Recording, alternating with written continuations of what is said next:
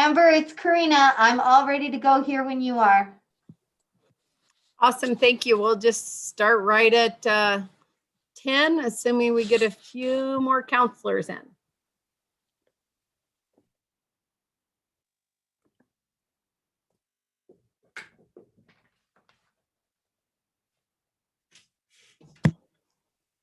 Karina, you want to throw up the slides? So we'll start there.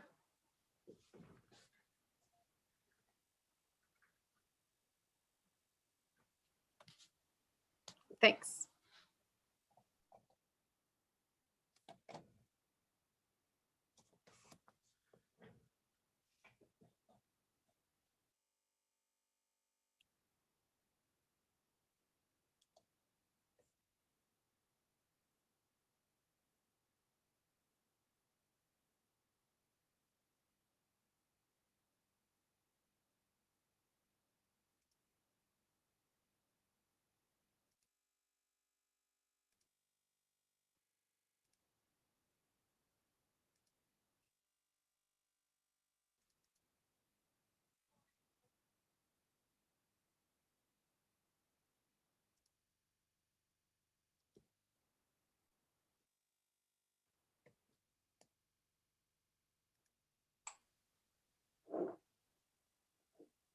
Good morning, counselors.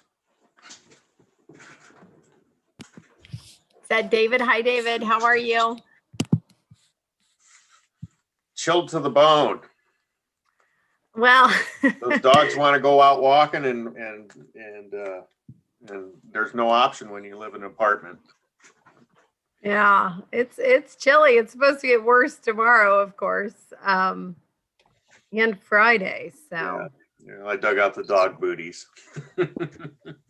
we have those too. I love how they walk around like they're 100-pound weights on their feet for a little bit when you put those on. Let's see, what time is it? We'll give it one more minute.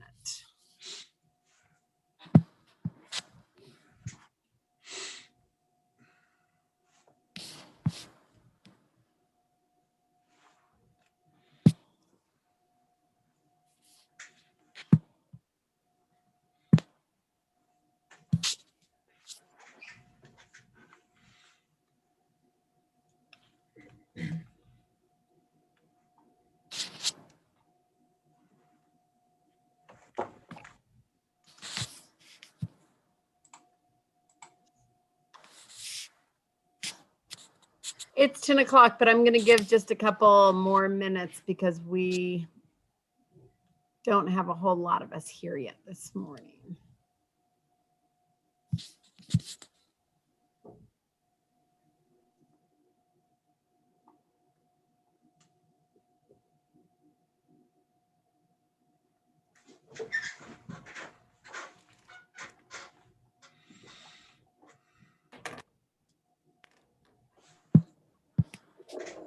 Are you in the Amazon, David? Pardon, what? Your screen, no, I guess it does. It looks like you're in the That's a forest. huckleberry patch. Oh, okay. I know. I started looking at the trees. At first, it looked so dense. It looked like you were in the jungle. Yeah, that's bear grass in the background.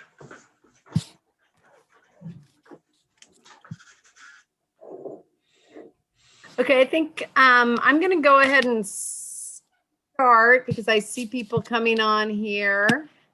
And we've got a pretty full agenda for Parks and Conservation. So I'm going to call the February 10th, amazingly, it's February 10th, Parks and Conservation meeting to order. And as is probably obvious, if you're watching this, we are still remote, but there are lots of ways to participate. You can register for the webinar, which is up on the screen right now. You can attend by phone, which the number is 253-215-8782. If you're participating that way, *9 will raise and lower your hand. Also, you can always leave a public comment via voicemail at 406-552-6012, or via email at council@ci.missoula.mt.us. And that voicemail and that email will go to all of council. So I am going to do a quick roll call. I'll call it out, Karina. Anderson.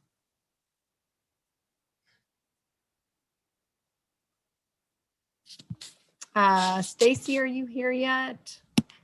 Let me see. I don't see Stacy yet, but I think she will be here. Becerra. Present.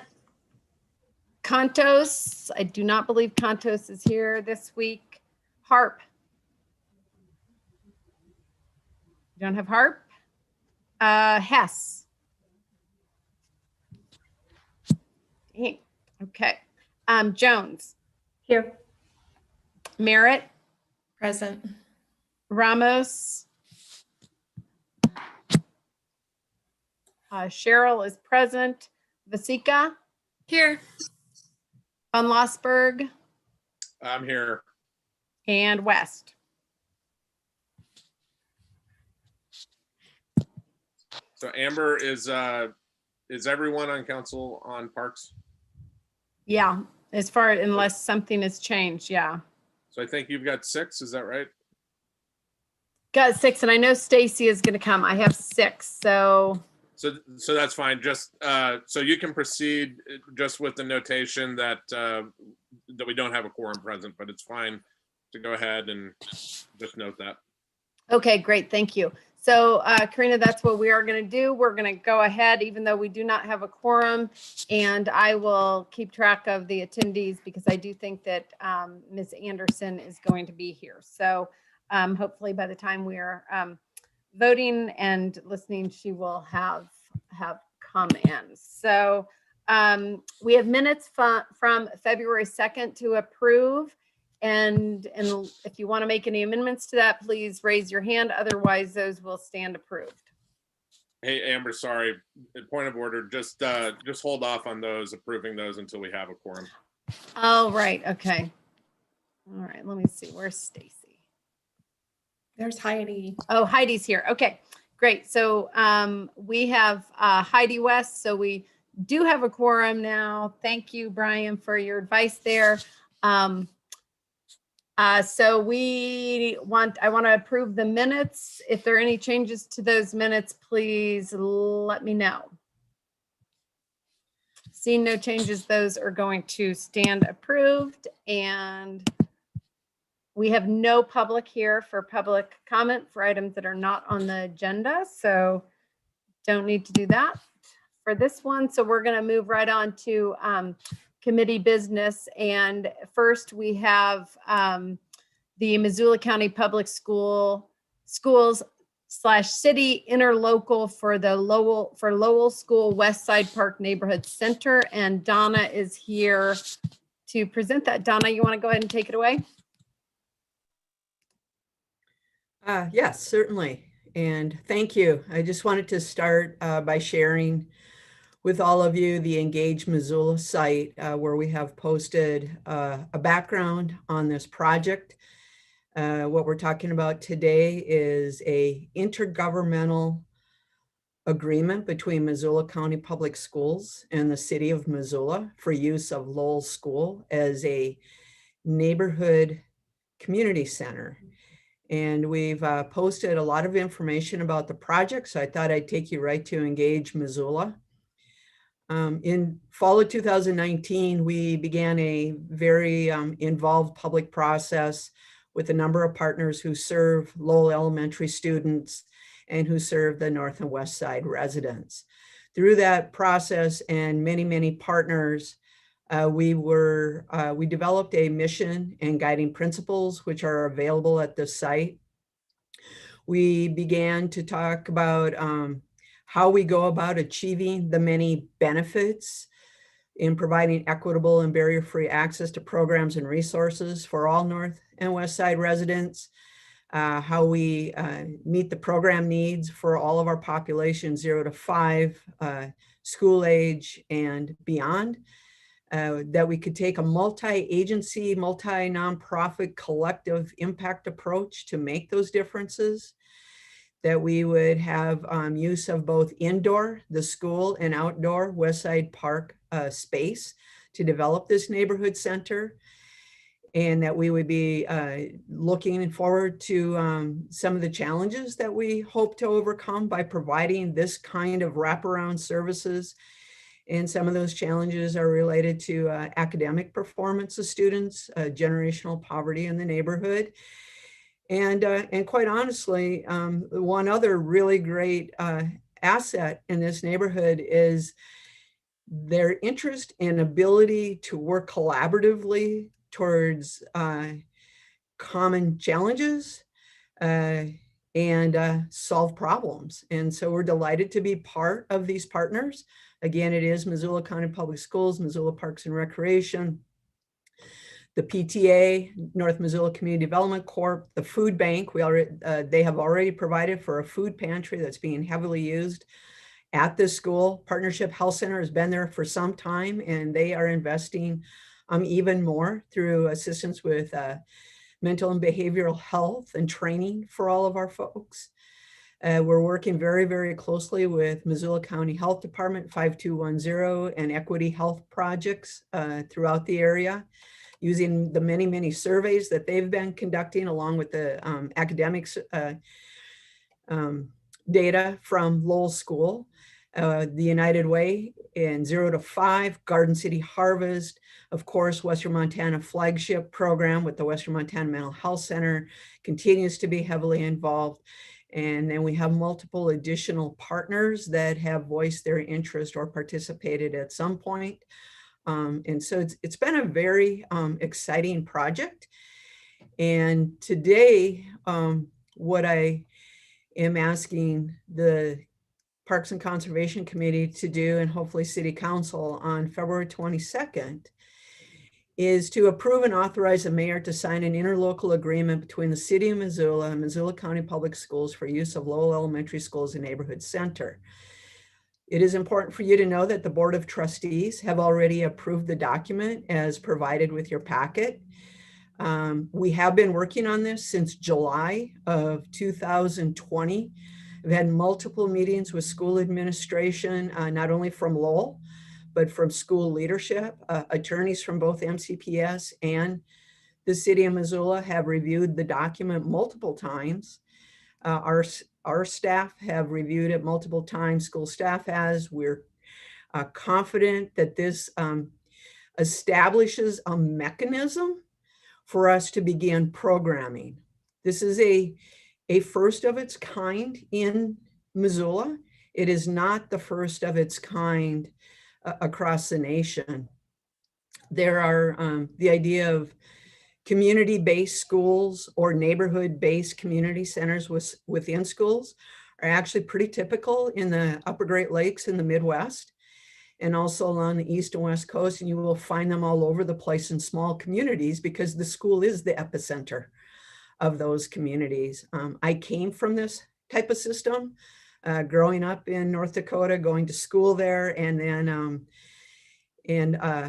ultimately having the first 10 years of my career. I actually I had my learning occur in 3 different school systems. One was very small, a town of 900, followed by Fargo, North Dakota, followed by Mandan, North Dakota, where we demonstrated this successfully.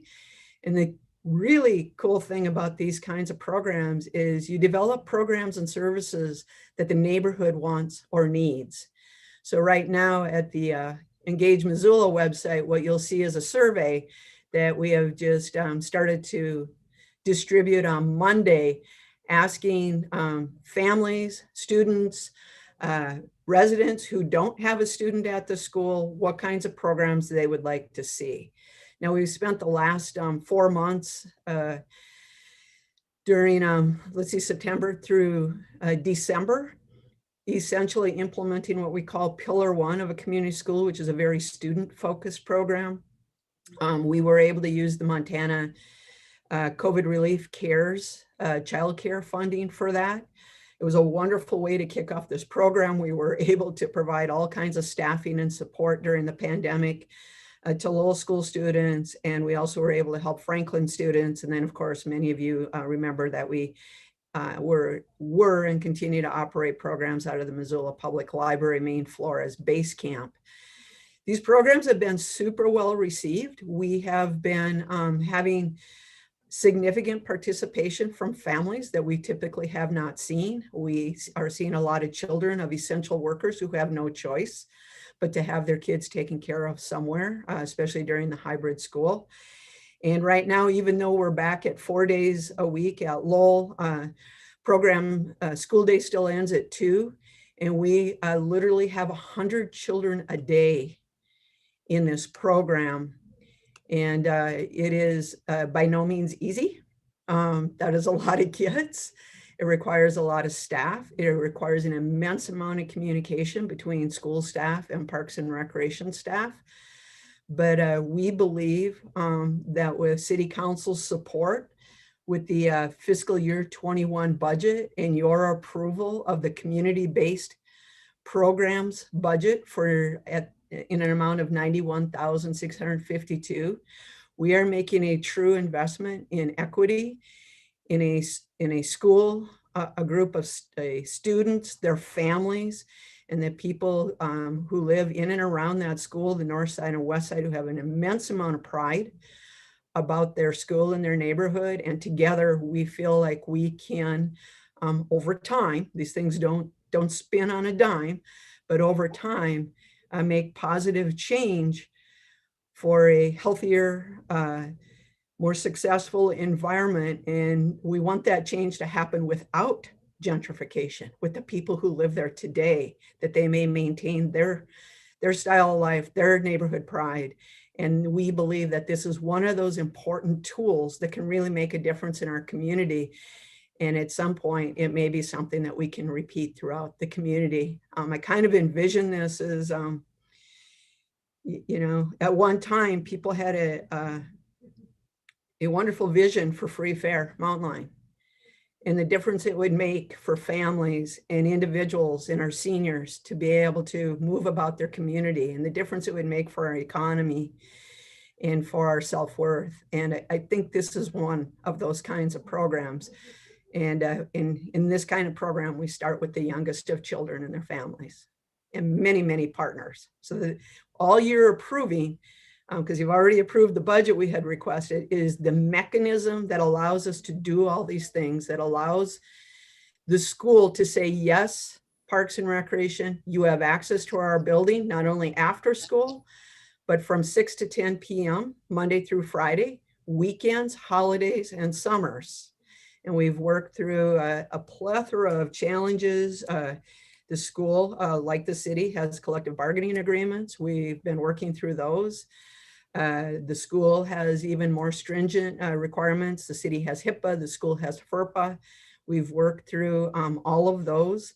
The interlocal agreement is, I think, as specific as we feel we could get it. And that's in our conversations with legal and administration up and down both city and school, without tying our hands and being able to respond to challenges that we simply cannot foresee. So I'm very excited. Hopefully you can see that. I think this is a unique opportunity. Like I said, it's not brand new across the nation. It is new to Missoula. And I'm sure we'll go through some growing pains, but this is our first step towards realizing some true investment in equity and in a neighborhood that has been fantastic to work with all the way through. Great. Thanks. Thank you, Donna. I really appreciate your creativity in bringing this. I mean, I think this is a great opportunity and a great program as well. I like the responsiveness to the community feedback that you were talking about. I think that's great. The collaborative approach to basically serving our community, I think is a really a smart thing. If you look at program, I know it's the first one here, but if you look at programs like this around the country, I mean, they have been shown over the years. I'm a Midwesterner too, so remember some of these, but I mean, they really have been shown to change the outcome for especially some of these younger younger kids in the community. Then you throw COVID in the mix, and the need for things like this just jumps higher and higher. I'm going to move us. I could say more about it because I think it's great, and I loved your presentation. But I want to move us along because we do have interviews coming up at 10:30, and we have one other item. I have a lot of people in the queue, so I'm going to take council questions, starting with Julie Merritt. Thanks, Amber, and thanks, Donna, for being here. Donna, you and I have talked about this at length, and you know I fully, wholeheartedly support this concept. I think it's great. It's happening in the right place and at the right time for people in the North Side, West Side community. As you know, there's a frustration that I have here that I just want to put out there that has been a common frustration that I've had since I've been on council, which is that we have these things put in front of us that are already done deals, and we're asked to vote up or down on them without having any input on the particulars. And this is one that I feel really passionate about, so I'm a little disappointed that we don't get a little more input. Back in July, August, when we approved the budget, I expressed a concern about how the Parks and Rec was going to work with the flagship program that has had staff embedded at Lowell School for over 15 years and has provided, throughout that whole time, has provided after-school programming and brought a lot of grant money into the Missoula County Public Schools, and has provided an opportunity for volunteers from the community and from the university, especially the education students at the university. It's been a kind of a cornerstone of the hours that they need to get their degrees. And what I'm still not seeing in this agreement is that acknowledgement of the big part that Flagship has played, and that I would like for the Flagship to continue to play as part of this after-school programming. I understand that what is being contemplated under this neighborhood center is something that is bigger than Flagship, and that provides things outside of what Flagship is able to provide.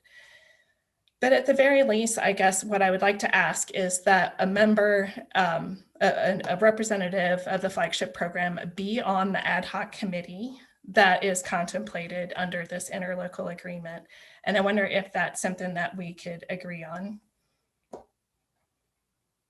If I may, Flagship. Thanks, Julie. Yeah, go ahead, Donna. I was gonna say, Flagship actually has anywhere from 3 to 4 employees at every one of the partnership agreements. They are very integrally involved. Flagship and Parks and Recreation staff are providing the services after school.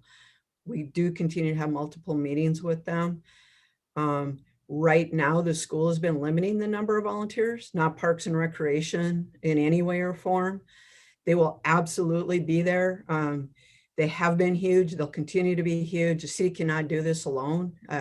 We don't intend to do it alone. The interlocal is truly about a mechanism that makes it easier for all of the providers to be there to assist. The food bank is another one, and so is the NMCDC. They've been staffing the food bank to expand the hours. So absolutely, I don't know how to. One of the things that the partners have asked for is they want a fair amount of autonomy and leadership in how they construct their ad hoc. If the council, asks, I don't know that I'm certainly willing to tell the rest of the group that that's what they want. And then I do want to assure you, we've had quite a bit of involvement, not only by the neighborhood and all of the partners, including Flagship, but we've, the school's been there. We thank you to Councilwoman West and Councilman von Lossberg. There has been quite a bit of involvement. So anyway, I appreciate what you're saying. I don't know how to better assure that Flagship is absolutely at the table every day after school and in the planning. Thanks, Donna. I'm going to move us along unless you have a follow-up on that, Julie. Go ahead, Heidi. I wanted to make the recommended motion if that's appropriate and just briefly speak to it. Yes, please.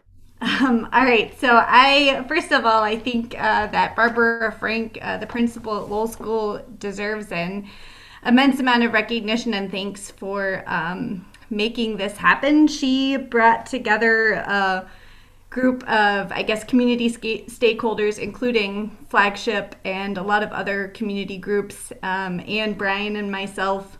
I think it was back in November of 2019 to talk about creating basically a community center at Lowell School. And I actually think it's serendipitous and amazing that we've actually got to the point of having some, a significant amount of funding behind this project, and now this interlocal agreement that will allow us to spend that funding.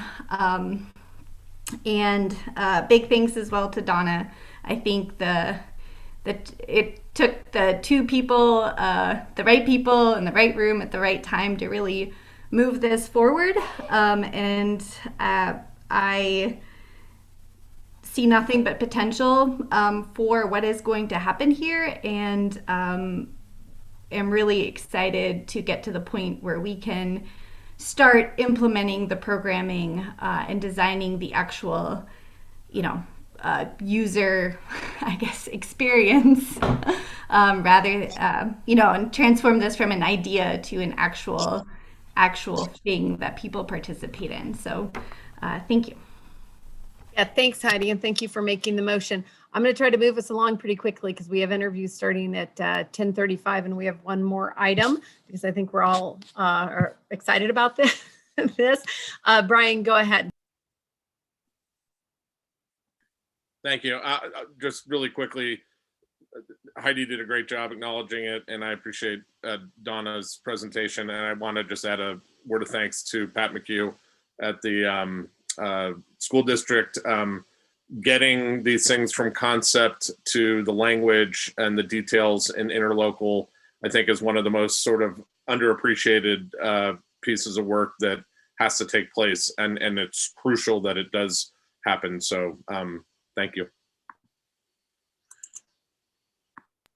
Thanks, Brian. I know you have. I know you are excited about this project, so I'm sorry to make you go so quickly. Mirta.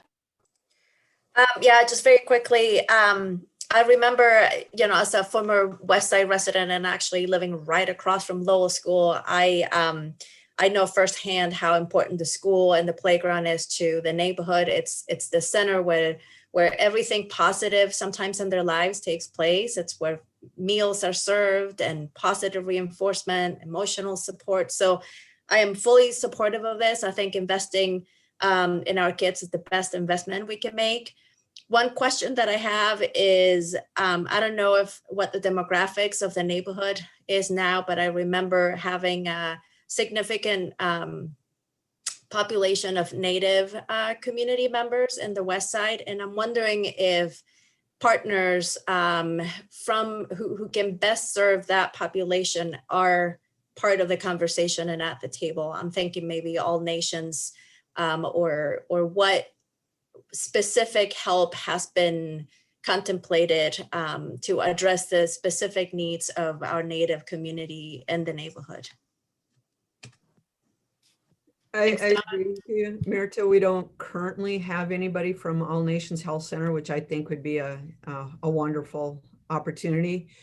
Parks and Recreation is working with NADA and All Nations Health Center on a number of other initiatives, including potentially downtown Lions Park. So I'm hoping that we can get them invited to the table. I completely agree with you. Great, thanks. Thanks. And there's no one in attendance to make public comments. So Karina, you want to take a roll call vote on this? Sure thing. And I think I've got everybody checked in that is checked in. Yes. Okay. Stacy's here. Stacy's Yes. here. Okay. All right, here we go. Anderson? Yes. Anderson votes yes. Becerra? Yes. Becerra votes yes. Jones? Yes. Jones votes yes. Merritt? Yes. Merritt votes yes. Cheryl? Yes. Cheryl votes yes. Vaseka? Yes. Vaseka votes yes. Von Lossberg? Yes. Von Lossberg votes yes. West? Yes. West votes yes. That's 8 yeses and no nos. Thank you. Great. Thank you so much, Donna. And also just want to add my thanks to everyone that's been working on this, that all of my colleagues mentioned. This is a great thing. Thanks, Donna.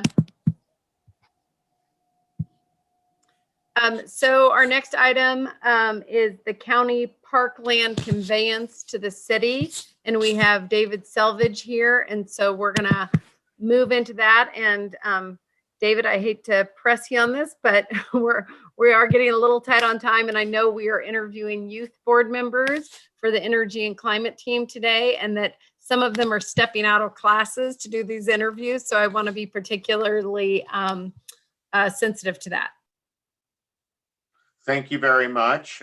This is, in some respects, a routine transfer of parklands that are inside city limits or adjoining properties. It's a conveyance of 10 parcels.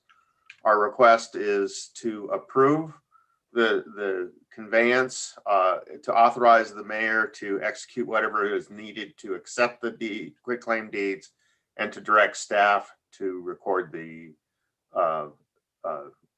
parcels in question under the city's name. With that, I would stand for questions, just in respect for your time. Thanks, David. And I appreciate that. And I'm sorry again to press you. Julie, go ahead.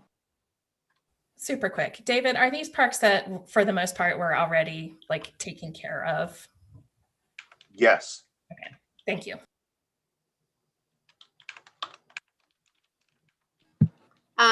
Any other council questions? I hope I didn't shame people into not raising their hand. That was not my point. Stacy, go ahead. I'll just make the recommended motion to accept these, and I went through the list and it's all parks that we are familiar with. So understand that this is a bit of routine business to take care of. So thanks for bringing this forward, and happy to make a motion. Thanks, Stacy. And yeah, I think if you look at the map, you'll see that they're all over the city, and it is kind of a routine thing to take care of today. So let's see if anyone's in the audience. I think that our first interview is in the audience. Raise your hand if you want to make a comment on this. This specific item. I think we will go ahead and just do, Karina, a roll call vote on this. Okay, here we go. Let's see. Anderson. Yes. Anderson votes yes. Becerra. Yes. Becerra votes yes. Jones. Yes. Jones votes yes. Merritt. Yes. Merritt votes yes. Cheryl. Yes. Cheryl votes yes. Vaseka. Yes. Vaseka votes yes. Von Lossberg. Yes. Von Lossberg votes yes. West. Yes. West votes yes. That is 8 yeses and no nos. Awesome. Thank you so much. And David, thank you for being here. So our next order of business, and we have our first person that I'll promote in just a second in the audience. We have a new, for the energy and the climate team, we are adding 2 new youth board members. So that we have Chris Rowe in the audience. And I know that he wanted to make a couple comments quickly before we start. And hi, Virgil, I see you there. I'm gonna have someone say something before we start this, and then we'll do your interview. Okay? Got it? Okay. Okay, Chris, if you want to unmute yourself. This is Chris Rowe, and he is the chair for the energy and climate team, and he just wanted to say a couple words before we start the interviews. Yeah, just a brief history and then some information.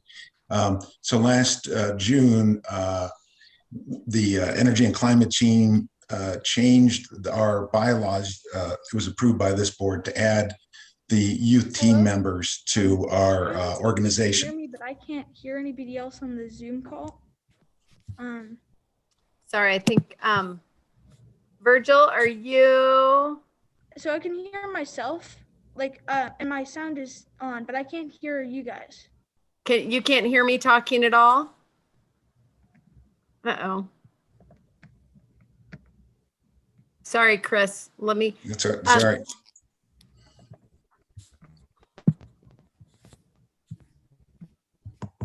Chris, why don't you go ahead and then we'll jump into the interview. All right, sounds good. This committee approved the board the change in our bylaws to allow for the youth team members.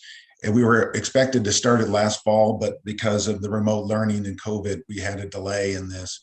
So what we're going to do with this particular set of interviews is it's only going to run from now until the end of the school year. So it's an abbreviated one, but the students that are on the youth team members that are on our team will be given the opportunity to take a full year next year.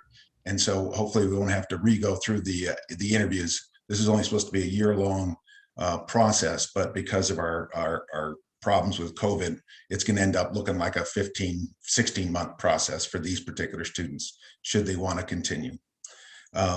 Why we did this, I started out as a science teacher myself, and I started out in doing experiential education, and I've worked, for many years doing that off and on, and I've always felt that that's really important to provide students with something outside the classroom in a more applied sense. And so when I brought this to the team, I got real broad support. Everybody thought it was a great idea. There's a lot of excitement. I think there'll be a lot of team members that'll be involved with working with these youth team members to educate them about climate change and renewable energy. And I think as much of any of this is climate change and renewable energy is just a huge, huge issue with our youth right now. You can really not talk to almost any kid who doesn't understand this in some way. And we want to provide them with an opportunity to really engage with it, and also provide society with young people that are working in it, are knowledgeable in it, so we can address the issues in the coming years. So that was my brief little update. Yeah, thanks, Chris. I appreciate that, and I appreciate you taking the time to be here. And I'm gonna, I think we're gonna go ahead and start the interviews. You're welcome to stay in the meeting if you'd like, but I don't know if Virgil has to go back to class here, but I'm guessing that that is a possibility. So were you, Virgil, were you able to get yourself, can you hear me? Yes, yeah. You can. Okay, awesome. First, I'm gonna do an interview, and then we'll get you back to your day. But first, I want to say thank you so much for applying. I'm excited about this. I think, I echo what Chris had said, but I also think that climate issues are going to affect more of your life than they are of mine, and I'm excited to just have not only have this as an opportunity for some youth members to get more engaged, but also to hear your ideas and your thoughts, because I think that I think their new perspectives on things are really important. So I want to first say thank you. And I read through your application, and just thank you for your engagement in general. That's great. When we do these interviews, we have more people applying than we have spots. So that is going to be hard. That is hard for any engaged person that wants to volunteer, wants to be part of things. So I just want to let you know that we will let you know once decisions are made. But I would also, regardless of the outcome, I would urge you to keep checking on things like this and stay engaged, because whether this is the perfect fit at the perfect time or not, those will come up, and you're clearly someone that, that we want to be part of helping these changes in our community. So I'm going to jump in so I can get you back. Are you in school? Are you? Yeah. Okay. I'm in an empty classroom right now. So. Oh, you are? Okay. Well, I wasn't sure if you were doing remote school now or not. So I'm going to run through and just ask all the questions, and just feel free to elaborate as you want. What is your interest in serving on the energy and climate team? So I've never really realized this till last year when I went to the youth climate strike. But I just think that climate change is a really important issue and that it really needs to be stopped. And we need to work on making renewable energy better so that it can have less of a climate impact. And I think it's just a super important thing. And I want my generation and the generations to come to have a good life on Earth and not have to worry about climate change. Thank you. Me too. Describe your familiarity with the city's greenhouse gas and conservation plan or any other city effort in climate change. So as I'm only 13, I haven't had a ton of experience with it, but I have gone to the climate strike and I've done a bit of research on some of the plants and just kind of, there's a certain plant downtown, kind of on the industrial side of town that that does plastics and chemicals and stuff. And they're almost always pumping out gas and air pollution from their plant. And I think that is a really big problem and it's kind of hurting our airshed and I think that's something that really needs to be helped. Just kind of all the mills in the area too. I feel like we could improve on the way those are run. Great, thank you. Do you have any personal or educational experience that relates to, I mean, you talked a little bit about this, about being part of the climate strike, but to climate change, renewable energy, energy efficiency. You want to talk about that? Yeah, again, I don't have a ton of experience with it because I just haven't had the time or the opportunity. But definitely science class, we learned quite a bit. And over the years, we've learned about renewable energy and mostly climate change and its effects on, I recently actually heard that the weather in Oregon is how it used to be in California. Like that's how much warmer the earth is getting, that you can plant a tree that's meant to grow in California and it'll grow in Oregon just fine.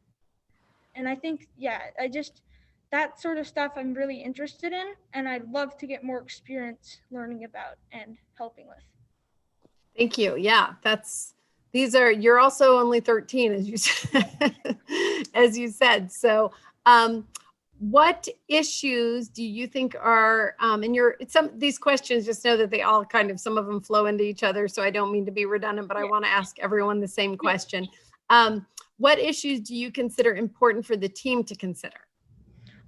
I think one important thing is like cars and how much of an impact they have on our climate.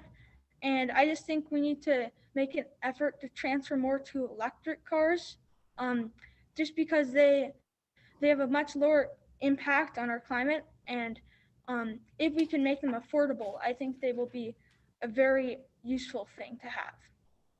Great, thank you. Can you provide an example of a time when you had to address conflict and what were the results of those efforts? Okay, so I'm in 4-H and I've been Sergeant of Arms before and secretary in my 4-H club. And we've had several issues. Last year, we had a voting scandal. Somebody put in multiple votes and we had to figure it out. And I helped by going and talking to people and figuring out who did it and how we could fix it and have a more secure voting system. Wow. Okay. I have not dealt with a voting scandal, so I'm impressed at 13 that you've already had to deal with that. It wasn't. I'm impressed and sorry at the same time, I guess. Yeah, it was just some kid in our 4-H club thought it would be funny if they gave some of the candidates like 10 of their votes, which you're not supposed to get that many votes, but. Right. That's not how voting's supposed to work, right? No. How would you describe the level of urgency associated with addressing climate change, and how do you talk with people who have a different sense of that urgency? I believe it is very urgent that we address climate change immediately, because if we don't, within a few years, it's going to become irreversible. And we can slow it down at that point, but we can't stop it. And there's so many negative effects. And when talking to somebody who does not believe in climate change or has a different view than me, I won't try to be negative to them or mad at them for not understanding. I'm going to try to be as positive as I can and just get them to understand it best I can, which can be hard. I've negotiated with people who have different views than me before, but you just have to get to know them a bit, and you have to be as kind and understanding as you can when you deal with this sort of stuff. Yeah, thank you. And one last question, then if you have questions for us, we'd be happy to answer them. The Energy and Climate Team is currently scheduled to meet monthly at a time designated by the committee. The meetings are set for the second Thursday of the month from 12 to 2.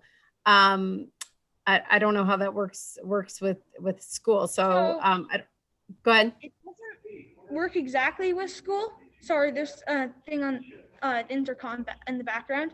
But it doesn't work exactly with school. But it's such an important thing.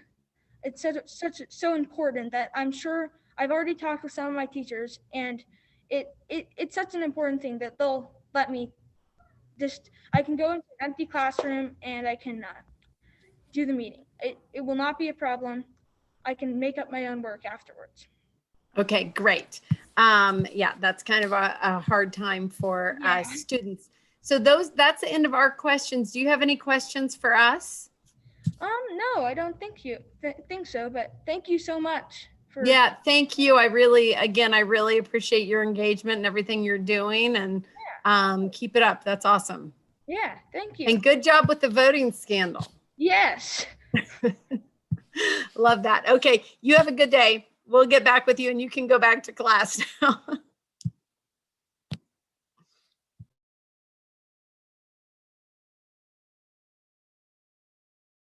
Okay, so I think our next, let me find this. I think our next is Ellis, who's at 10:55. We have a little time for a discussion if you would like to do that, but I kind of feel like we should wait unless you have any questions or discussion specifically around Virgil. That is the name on everything. I think it was wrong on the screen. Let's just wait until the end to talk about it. I will say that I think that this is, yeah, I see you, Gwen. I do think this is going to be the fact that we have 4, if you looked through their applications, really good applicants in 2 spots is, yeah, that's a hard one for me. Gwen, go ahead. Thanks. I was just going to say, I was the chair of parks when this idea initially came up, and it was broached with the E&C team. And so to just give you some background, these are the same questions that are used for those over 18 who are applying for the team, and that was intentional. And there was a lot of discussion as to whether or not the E&C team should change their meeting times to work with school schedule or not, and I sounds like they did not. And there is the attitude that this is an adult team, and there are these spots carved out for students, which is really valuable. But the students are going to step up into that adult world. So I just kind of wanted to frame that for you, and I think they are highly capable of doing that, and it's going to be great. I'm really excited about this. But I agree we should not discuss individual applicants until after all have been interviewed. But I just kind of wanted to give you some background that was the thought process. And I think this is going to be really good. I'm very excited about it. Yeah. Well, thanks. And I appreciate the background. I was a little bit surprised to see the same questions since I asked all the questions when we interviewed for the team itself.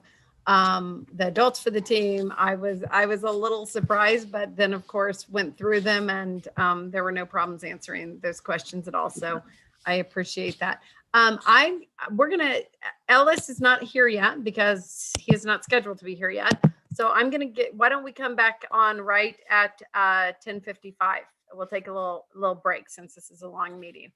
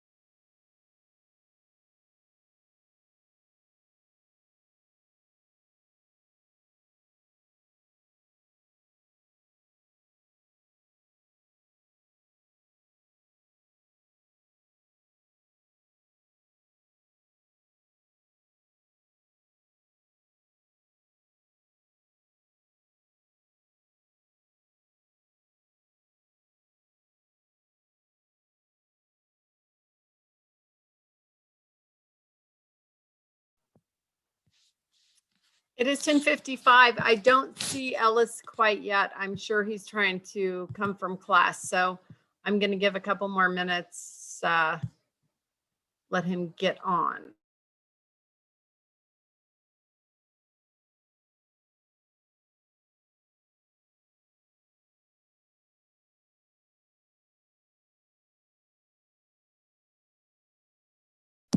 And there he is. He's in the attendees. So everyone, Karina, you want to promote Ellis to the meeting? Might be able to do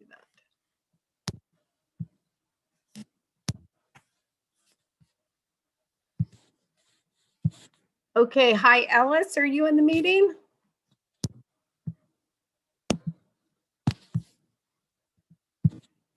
Let's see.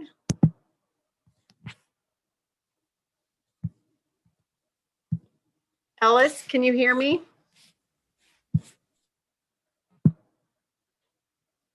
I can see you, Ellis.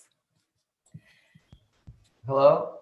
Oh, there you are. Okay, good. Sweet. Hi, Ellis. Sorry. How are you? I'm well. Yourself? Doing well. Thank you. Let's make sure everyone, we need to get our committee back. We're having little breaks between these interviews. First, I want to say thank you so much for applying. This is, I think this is a great opportunity to get the youth voice involved in it. I think it'd be a great opportunity for each of you, whoever is selected, to participate and hopefully get some experience from it. But also, I think hearing new voices and voices in this issue that are going to, as I said earlier, live longer with the consequences of it than I am. I want to thank you for applying. I believe, if I'm not mistaken, that you applied for a regular decision some point in our position at some point in the past, and maybe help to give the idea of the youth board member. So I appreciate your advocacy there. As I'm saying to everyone, we have more applicants than we have spots, which is great. But when you get a good pool of applicants is always hard, whether you're talking about adults or kids. So regardless of what the outcome is, I love your level of engagement, and I love that you applied for one of the regular positions. I think that's incredible, and it shows how much you want to be involved. So please, regardless of this outcome, keep working at that. I think it's great. So I'm just going to run through the same questions here that I'm running through with each of the applicants. And then you'll have an opportunity at the end to ask us questions if you have any. So, thank you so much. So I'm going to let you do some talking now. What is your interest in serving on the energy and climate team? Well, my interest is probably foremost to learn. This just seems like an incredible opportunity. And I know that nowadays there are a lot of issues, and I feel often like there's not much that I can do. So thankfully you guys have created this opportunity for us youth to try and take you up on it or whatever. But yeah, I just really want to learn from members, see how to get things done, and to be involved in Missoula's efforts to combat climate change.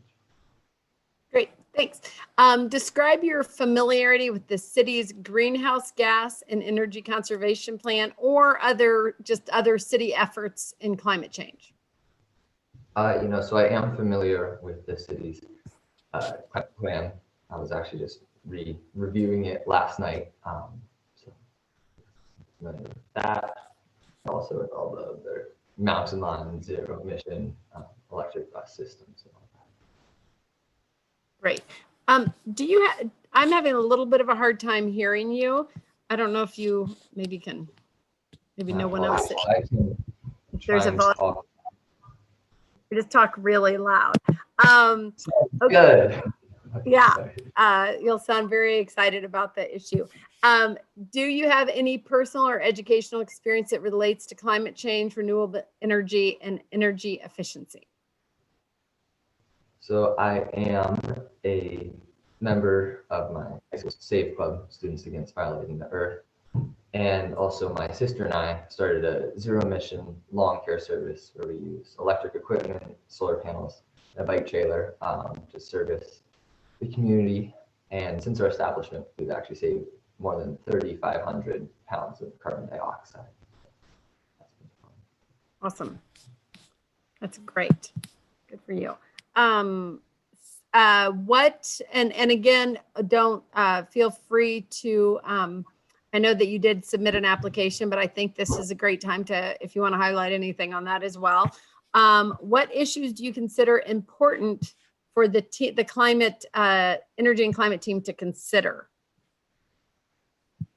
I think education and outreach, I know that's one of the committee's purpose on the website. It says it's like community and outreach and education and all that. I think I know that there have been people who come to present in schools, and I've just seen how that impacts my peers and how it really gets us all to want to engage. And like there was the youth climate rally near the courthouse last year, and I know that somebody from, I forget the organization, but they came, and it was really cool to see my peers just light up about it and feel like they had a voice and a way to make an impact. So I think the issues or the things that I find important would be, furthering that education in schools and getting more youth involved.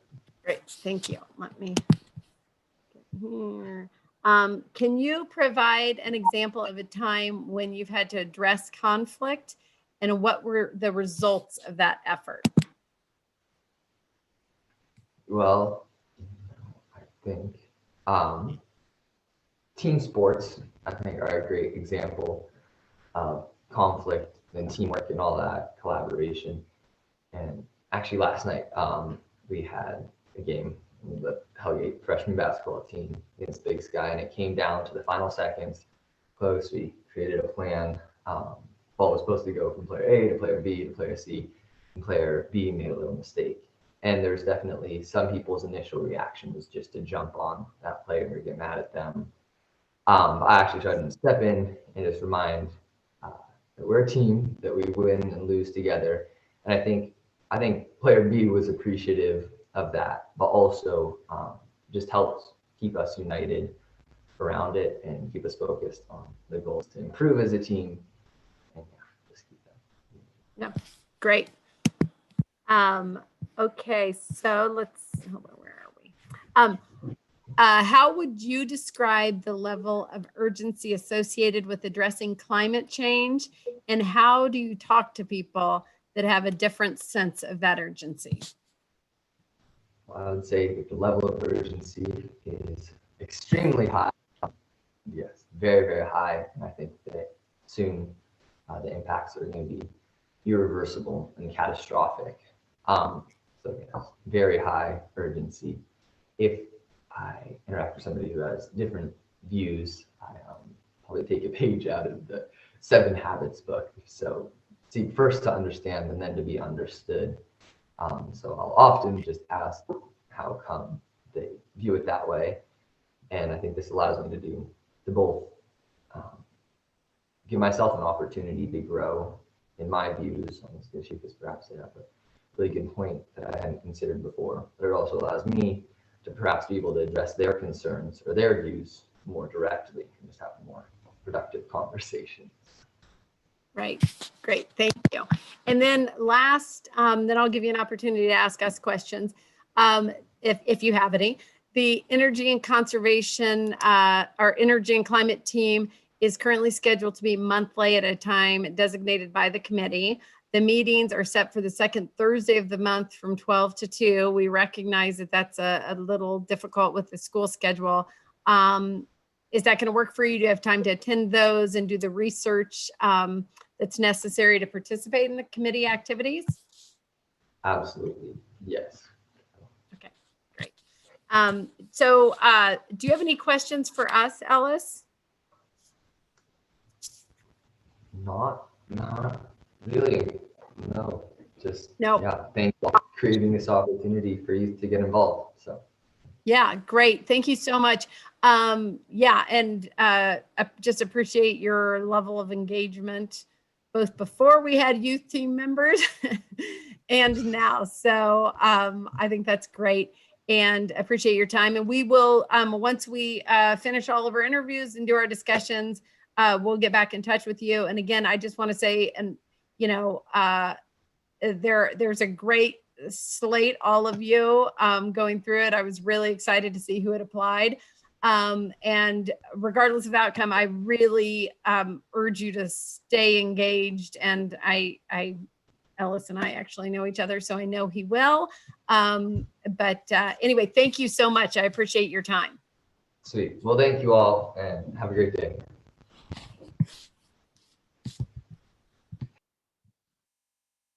Okay, great. I wasn't sure if we I want to try to keep the interviews as we normally do, as consistent candidate to candidate. And since we didn't ask the first person questions, I think it's better just to not ask any of them questions. Let me see what our next timing is. Okay, so I think we have about 10 minutes before Grace. We need to interview Grace unless she happens to be on. And she's not on yet. So we have an 11:15. So let's just be back at 11:15 and we will have our next interview.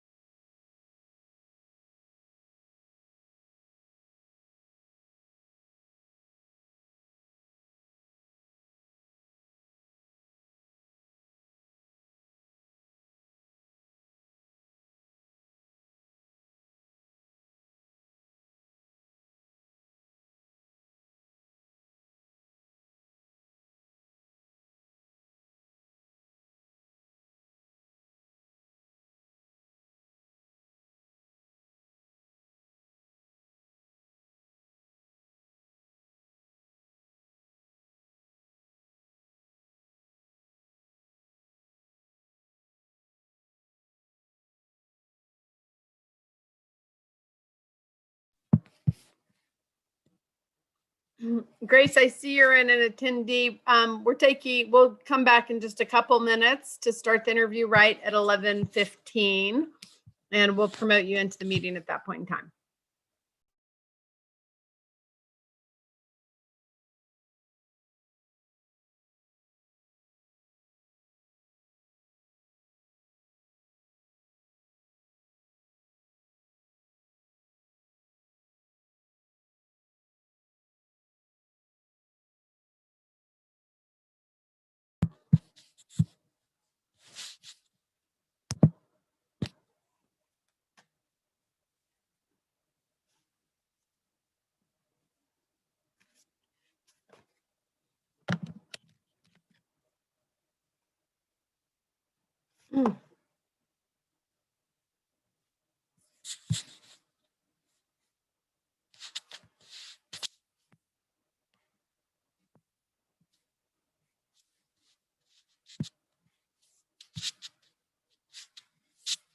Karina, you want to go ahead and promote Grace into the meeting? I don't think I can do that as a co-host, or at least I don't know how.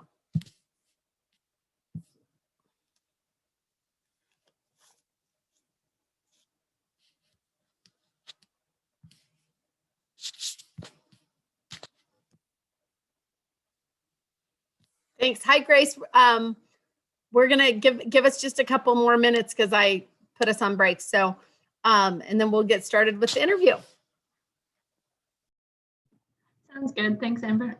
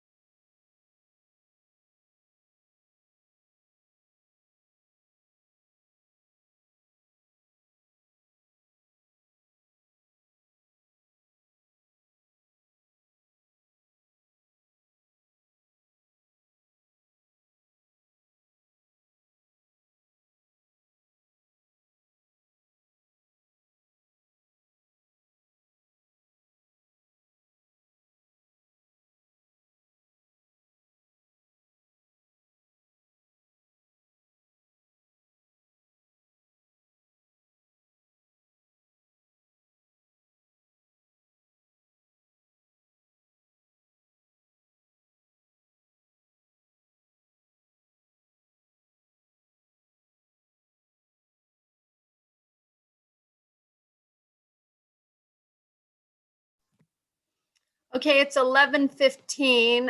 If people want to restart their cameras, that would be great. And our next interviewee is Grace Gibson Snyder. Grace and I know each other. Thanks, Grace. Thank you so much for applying, first of all. As I'm saying to all the applicants, we have more applicants than we have spots, which is a great thing, and I think is a great sign for the engagement of our youth in Missoula, which I love, but that's always a hard position. I know you've been really involved in things at a local level already, so would promote you to continue that in your life, which I already know you will, regardless of what the outcome is for this this particular position. So again, thanks, and thanks for watching for it and paying attention, and that's great. So I'm going to jump into a list of questions that we're asking everyone, and then at the end you'll have an opportunity to ask us questions if you have any. So we did get your application, so people have been able to review that, but feel free to highlight things on that application if you would like to. So let me get to the right screen here. And okay, here we are. So what is your interest in serving on the energy and climate team? Yeah, I think my primary interest is to develop my understanding of local policy in Missoula, because I have worked in various environmental projects and groups for like 3 or 4 years now. And I plan to work in policy. That's my, after college, I hope to work in international environmental policy or international relations, and then local environmental policy. And so as a 17-year-old, I've never had the opportunity to actually be a part of it. And so thank you guys first, I guess, for providing this opportunity, but also I think I'd like to learn from all of you and to develop just an understanding of the actual logistics of the creation of policy. I'd also like to be able to contribute the perspectives of the youth in our community, because like I said, I've been a part of community groups, and as of last week, I'm no longer the president of Hellgate's Eco Club called SAVE, but I was for about a year, and so I have a lot of experience working with youth in this realm, and so I'd like to be able to represent their voices on this theme. Great, thanks. I'm excited about having youth voices on this committee as well. I think it's, as I said to the other candidates, you guys have to live longer with this than I do. So I think it's important to have your voices and ideas at the table. Describe your familiarity with the city's greenhouse gas and energy conservation plan or other city efforts with climate change. For sure. So I'm going to start with a very brief story. I started my first environmental project, you could say, was I think the freshman year of high school, so 3.5 years ago. And I started working with local restaurants and some city officials to develop a plan to minimize the plastic waste produced by restaurants. And so I worked with people like Chase Jones, who else I work with? Michael Dorshorst, I think, is on the team. And so I worked with them. And through that, I learned about 0 by 50. I learned about some of the nuances of that. Of course, I don't know it super thoroughly. I won't claim that I do, but so I have a bit of a familiarity with just that in general. And I also have a bit of experience with its application in schools and the school zero waste plans. I'm part of a group right now that is working to support Missoula County Public Schools sustainability efforts and climate curriculum. And so we have been working with Home Resource to gather information about all the previous efforts to align MCPS with the city's 0 by 50. So in terms of the actual contents of 0 by 50, I definitely would not be able to tell you all the details, but I have a general sense of what's been passed and what's in progress right now. That's great. Thank you.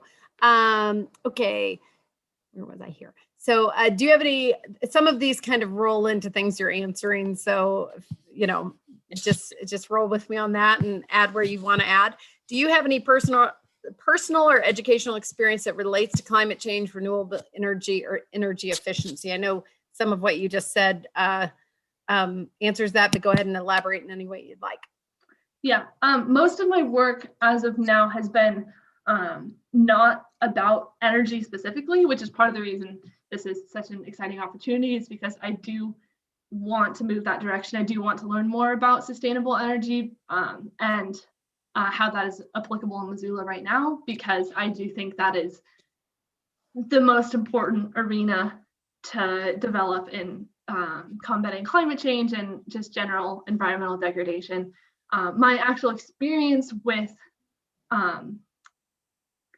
climate change and climate work has been, like I mentioned, that zero waste project before. Our SAVE Club at school has run a sustainable system, so composting and recycling for the school. We're trying to expand into some of the elementary schools. So that sort of basic level stuff. I have also been a part of this MCPS group, which is gathering information about the sustainable energy options for MCPS. And so, for example, we looked into non-diesel fueled buses, which is very expensive, we learned. But so I am,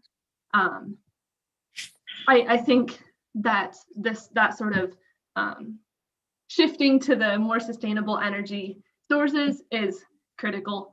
And yeah, and I just have to learn more about it. Great, thank you.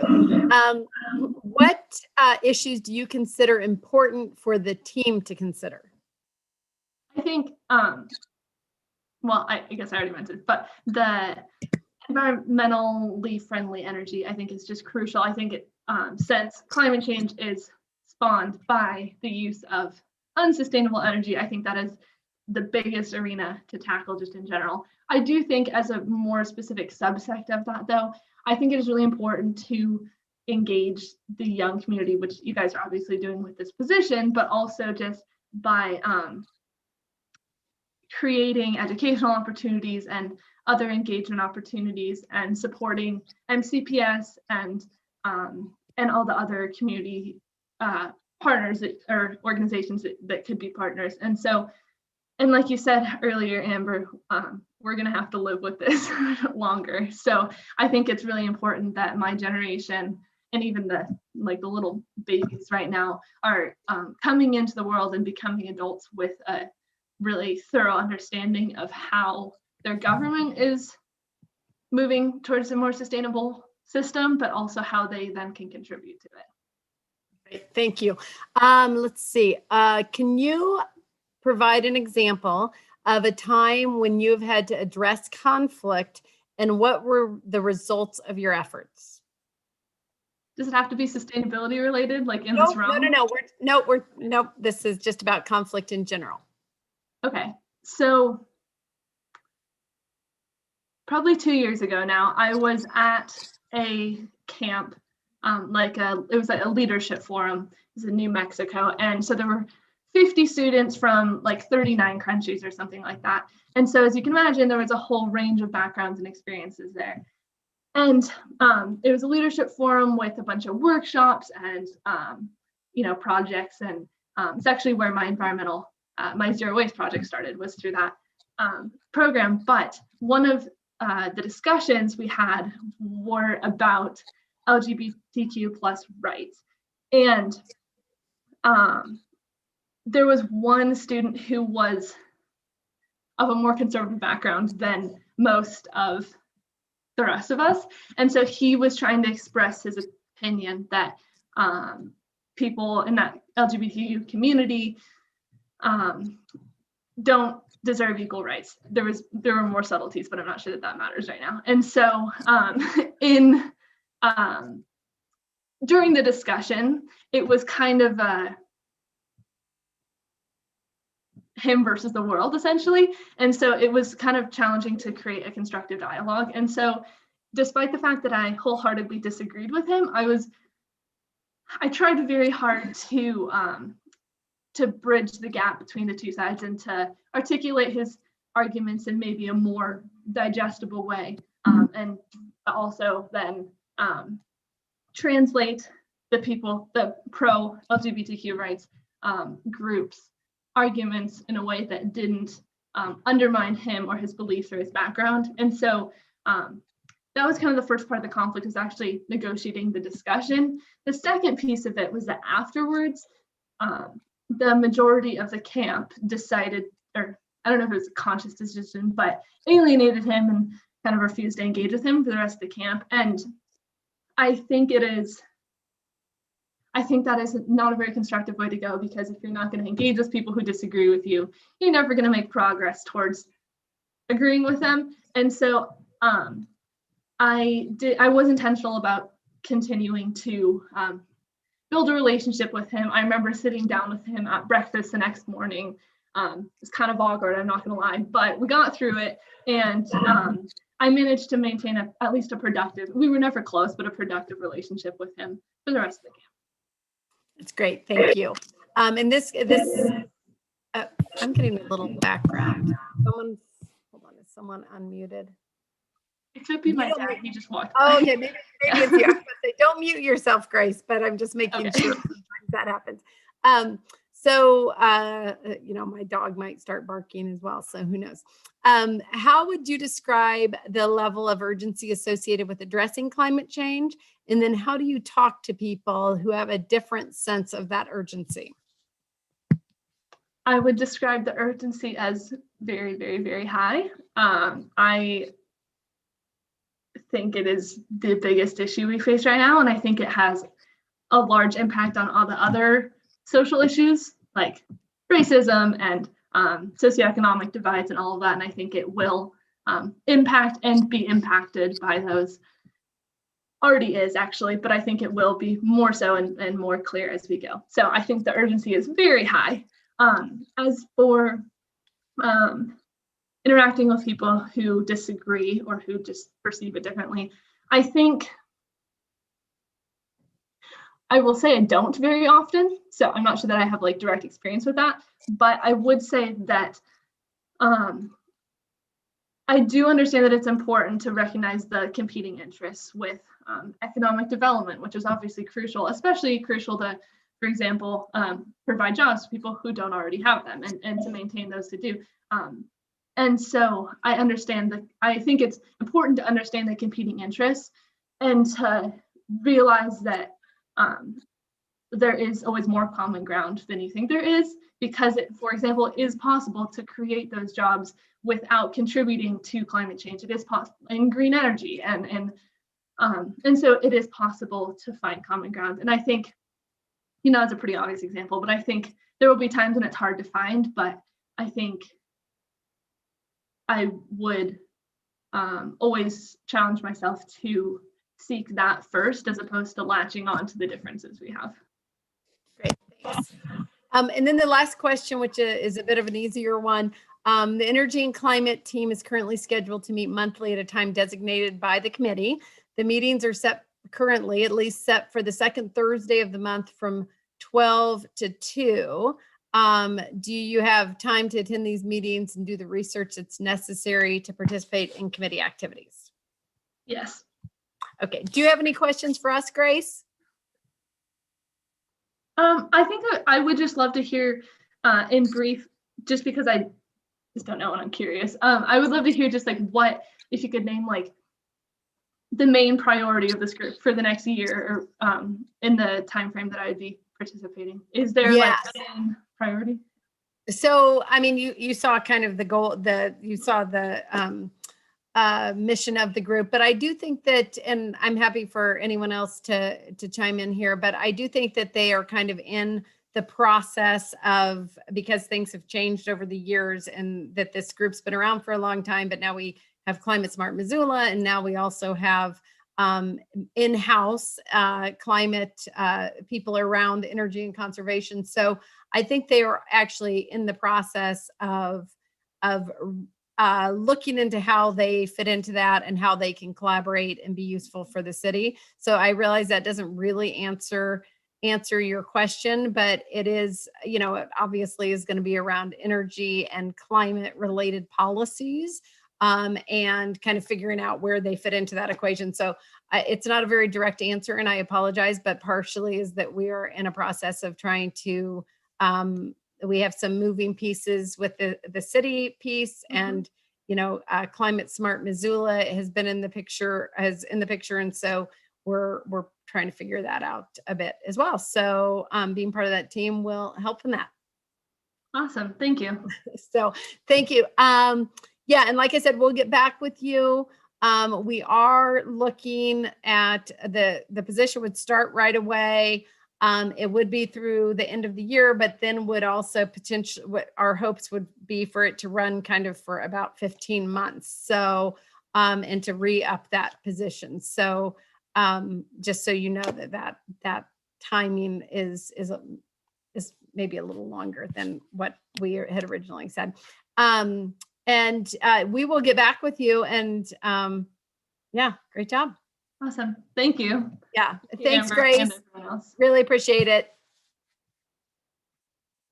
I keep muting myself. Have a nice day. That is our life. Trust me. We all start. Yeah. Someone's like, "You're on mute, Amber. Mute yourself." Awesome. Anyway, thank you, guys. Have a great day. Thanks so much. Okay, so I'm going to try. Okay, so now we have 8 minutes. So come back at 11:40 if you would, everyone.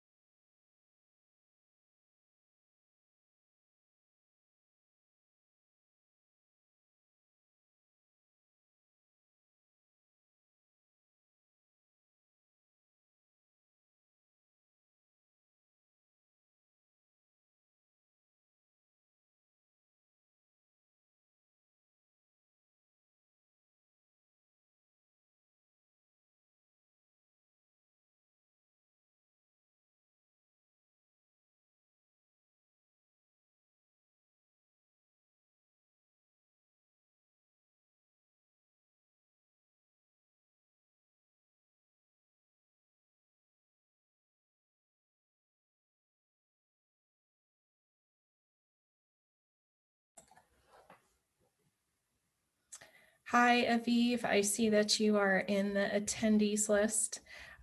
We are just sticking to the schedule that we posted, so we'll start your interview at 11:40. We're all just taking a break for a moment while we're waiting for that time to arrive. Someone will promote you into the meeting shortly.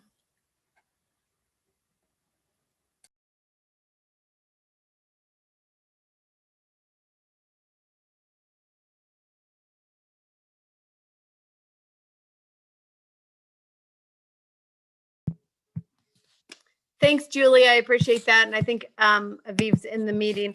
Aviv, am I pronouncing your name correctly? Yeah, Aviv. Aviv. Okay, good. I just always feel like I need to check that.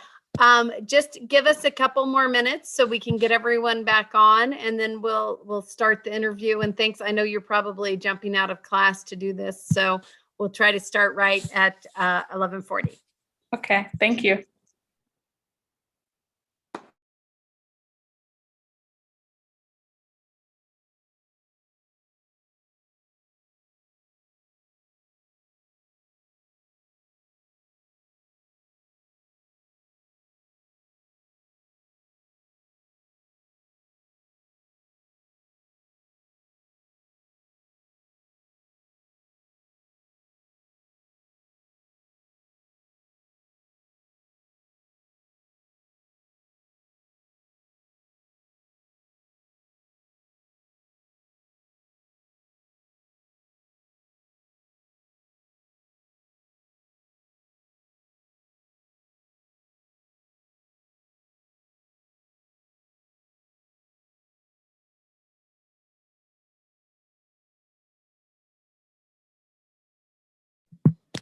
So Aviv, we've got another minute, but I'm Amber Sherrill, and I'm going to do the interview, but I wanted to also just kind of let you, oh, I thought I was muted for a second. You're the one that's muted. Okay. It's always kind of confusing, but wanted just to let you know that we're very thankful that you applied. And I love this idea. This will be kind of our first youth board members. And now my child's running in the door. Okay, sorry. I'm on the computer. Anyway, I think it's going to be great just to have youth voices at the table. And like I've said to everyone, it affects you for longer than it's going to affect me, climate change. And so, just really appreciate that. That being said, we do also have more applicants than we have spots, which is a great problem and a great problem and a terrible problem altogether. So whatever is decided at the end, I really want to encourage you to to continue to engage in this way. I mean, I think that, I've read your application. Like I just want everyone application that we got was really great. And I really want to kind of keep you engaged. So I think with that, it is 11:40. All of the other counselors have heard me say that to the other applicants. So I don't think they need to hear it again, but if people would turn their cameras on, that would be great. And we will let you know once the decisions are made.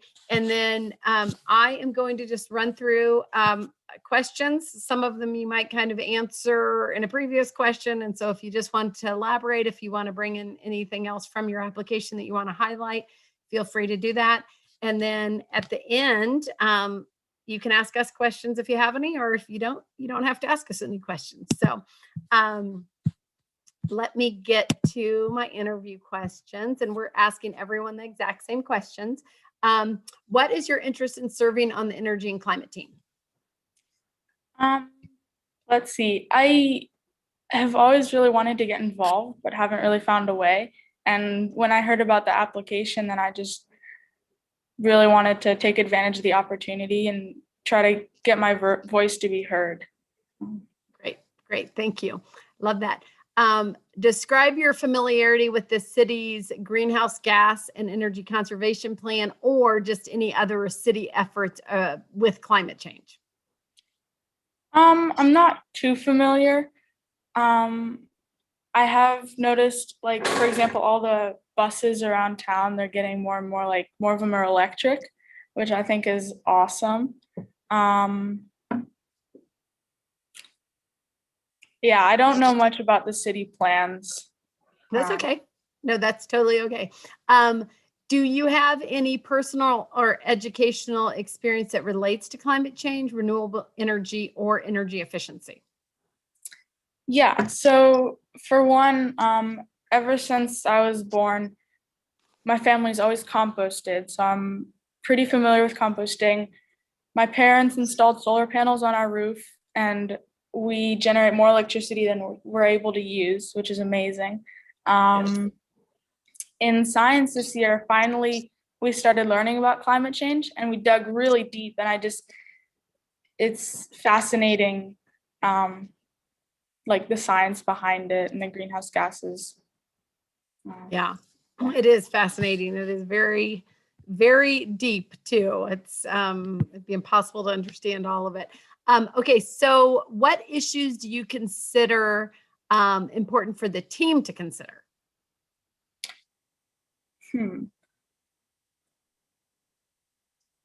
I'd say, oh goodness, there's so many. There's greenhouse gas emissions, so like transportation, the use of cars, the burning of fossil fuels. I think that we should consider more of different ways to eliminate that. Also, there's like the consumption of meat, for example, and animal products is also like contributes to climate change very much. And so like encouraging the people in Missoula to, eat less meat. But yeah. Great, thanks. And these are not easy questions. These are the same questions we ask the adult members of the team. So just know that. But let's see. So that's great. Let's see. Can you provide an example of a time when you have had to address conflict and what the results of your efforts were?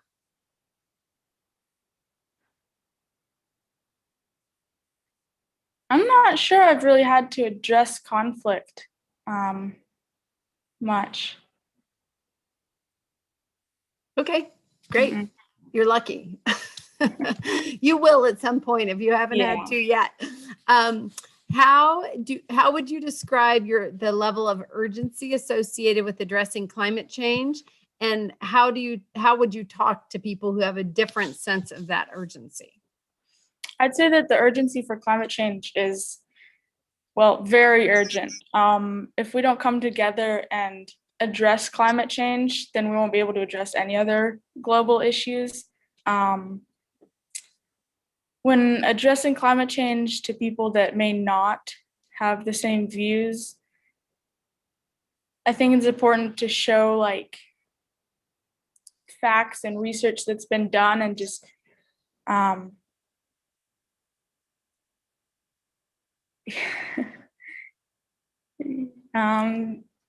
pretty much just, I guess, oh my goodness, I can't. Yeah, what I said, like show facts and like understand other people's point of views too, and try to. Because not everyone reads the same research we're reading, right? Right. So I think that's definitely a big piece of it.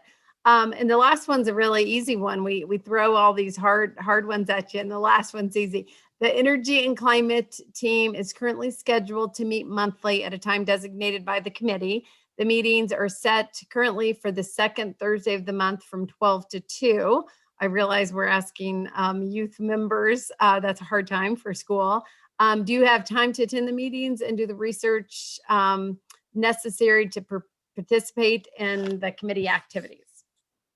Yes, I do. Okay. Yeah, great. Thanks. I know people have been trying to figure out how to make some accommodations, but it makes it easier that at least right now it's on Zoom. It won't always be, hopefully. Do you have any questions for us? I don't think so. I probably will, but yeah, I'm sure you have lots of questions in the future. Well, thank you so much. Yeah, like I said, I'm really impressed with with all the candidates, just kind of interest in getting involved. And I think it's important for your community where you live. And I wasn't doing that at your age. In retrospect, I wish I had been. But anyway, thank you so much. And we'll be back in touch with you. Okay, thank you. Okay, bye, Aviv. Bye. Okay, well, that is wow. So this is this is hard. They're all great, and like I said, I just love. I was not doing that at her age, and I love that they are doing this, and I love that we are giving them this opportunity in this committee, and something that a lot of young people really care about. So let's start our discussion. Gwen, I think we're first. Thanks. Well, this is the most fun I've had interviewing people ever on city council. And I think I want to plant a seed for discussion in the future. I really think we should look at what other committees we have and consider what other committees would be appropriate to have some youth team members on there.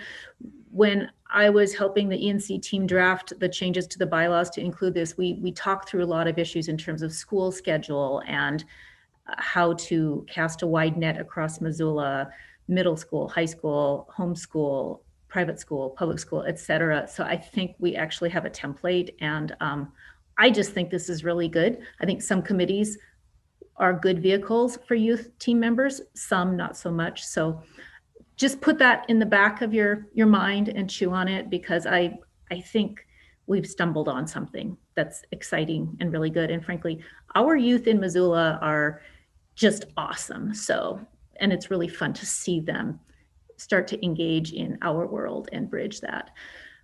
Regarding the ENC team, I would like to make a motion to fill the 2 slots. And I had read through all of the applications. I've been chewing on this, and then the interviews today.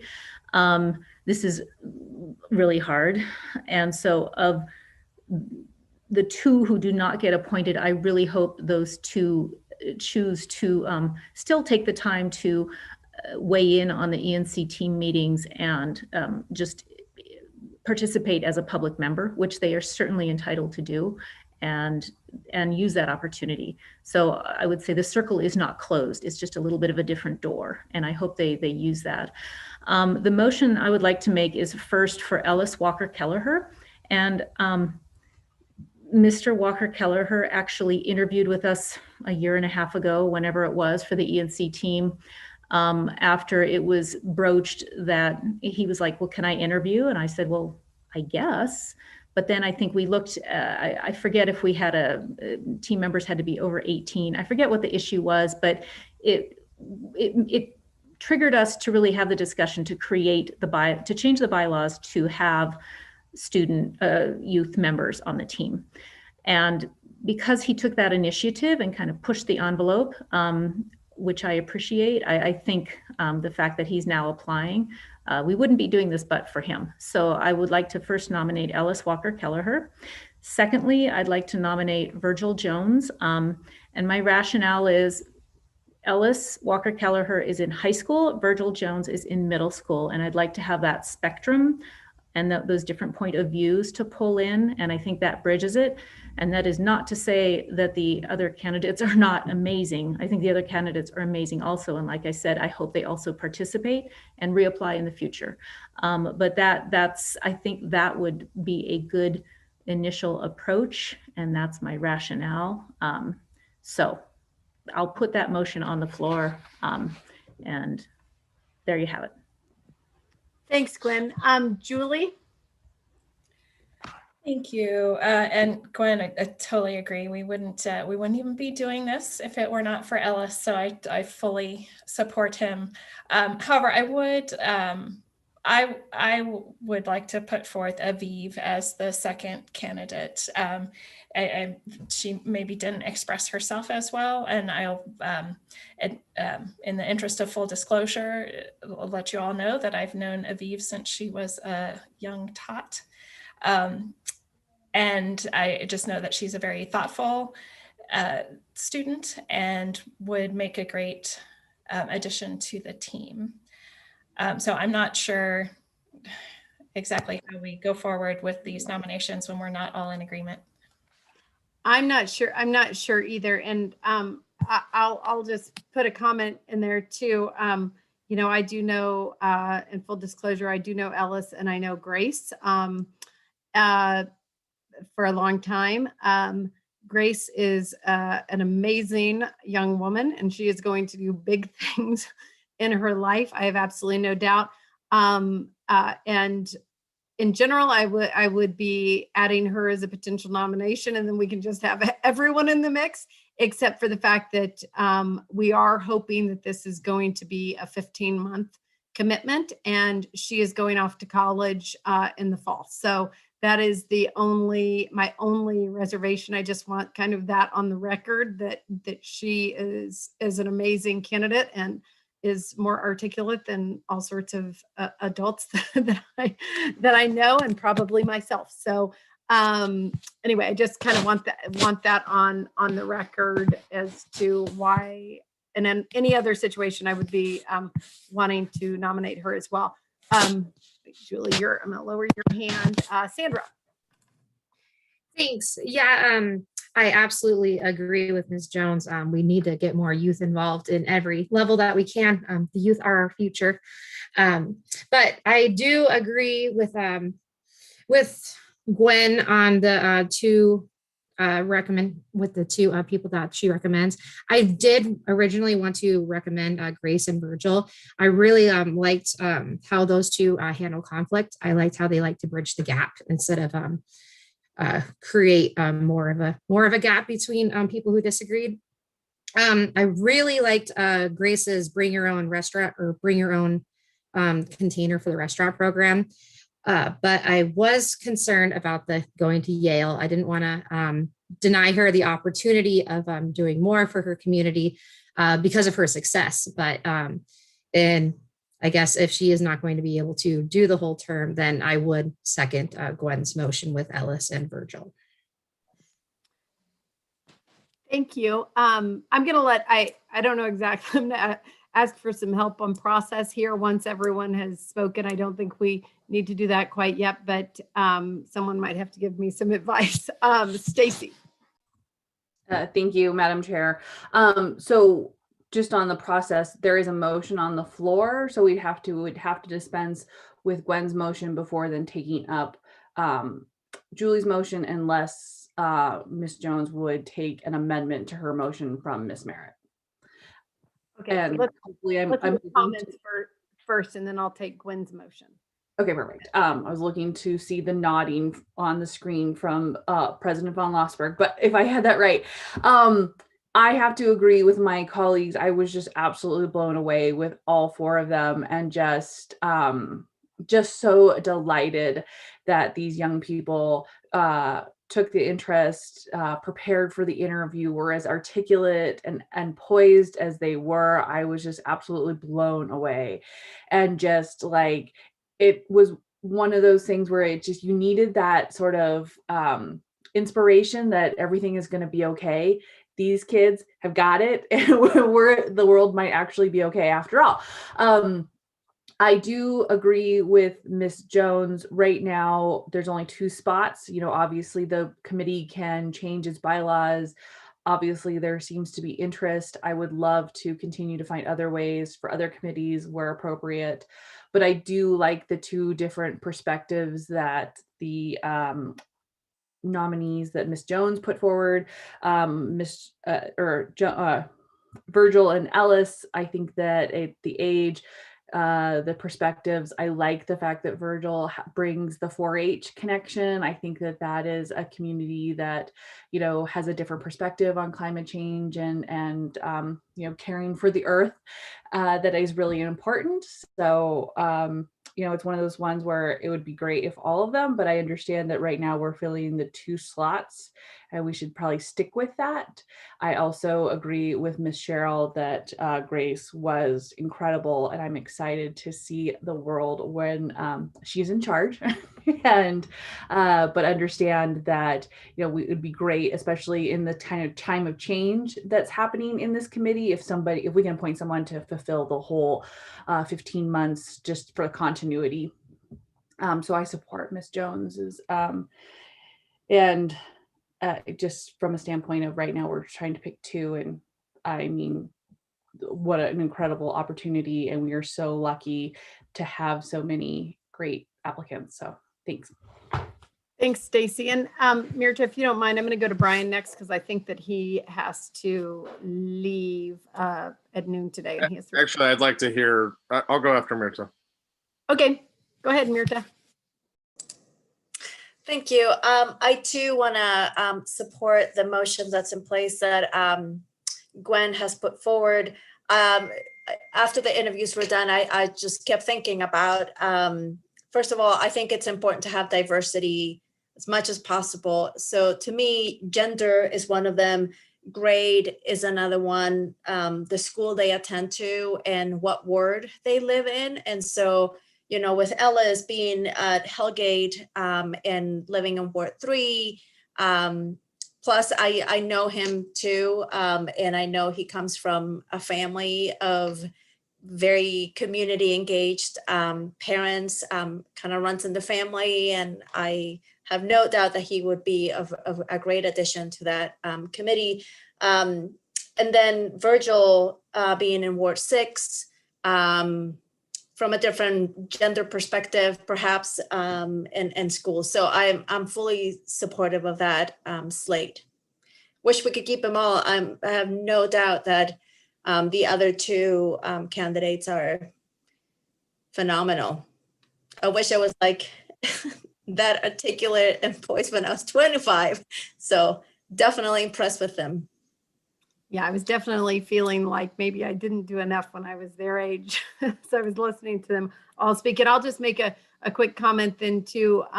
You know, I completely agree about Ellis. I would have nominated him myself. I think he pushed us to actually do this and have the idea, and I love that. And so I was going to really promote that. I do not know the other two. I thought they were both very impressive.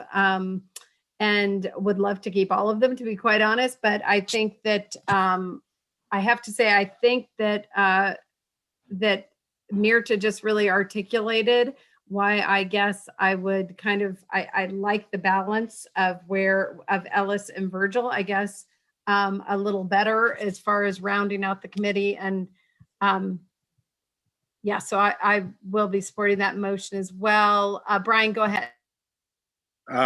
So I'm not going to speak against the motion. I think we're artificially constraining ourselves by the bylaws of the committee for non-voting members. I think there's a special case with Grace, if I'm remembering the names correctly, in terms of leaving for college. And I will just express that I would hope that the committee would formally invite Grace if she's not appointed to participate until she leaves. And likewise, I hope that there's an invitation to all of these members.